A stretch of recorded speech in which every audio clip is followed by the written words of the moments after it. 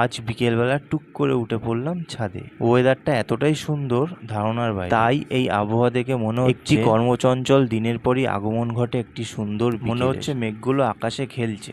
আজ তোমাদের দেখাবো আমার পোষা পায়রার দুটো বাচ্চা ফুটেছে। এদের দুজনের নাম রেখেছি, একজনের নাম চুনো, একজনের নাম পুটি। এখনো এদের চোখও ফোটেনি। এদের বয়স মাত্র 3 দিন। এদের বড় হতে সময় লাগবে মিনিমাম 4 সপ্তাহ। আবার 1 মাস পর তোমাদের আপডেট দেবো ওরা কত বড় হলো। এরপর চুনো ও পুটির বাবা মা, কাকা কাকি, ঠাকুমা ঠাকুরদাদা সবাইকে খাবার দেওয়া হবে। ওদের একটাই সমস্যা, ওরা খুব কুঁড়ে হয়ে গেছে, খাবার খেয়েই ঘরে ঢুকে যায়। আগে আকাশে খুব উঠতো, এখন আর উঠতে চায় না, কারণ এখন ওদের খুব বয়স হয়ে গেছে। নিচে এসে দেখি অবাক কাণ্ড, ছোটরা এত অভিনয় করতে পারে ধারণার বাইরে। দুজন মিলে খেলা করছে, দিদি খাওয়াচ্ছে, বোন খাচ্ছে, অথচ প্লেটে কিছুই নেই, তাও খেয়েই যায়। আর এদিকে মা লুচির জন্য আটা ছেনছে আর ফুলকো ফুলকো লুচি বানাচ্ছে। Tata, bye bye.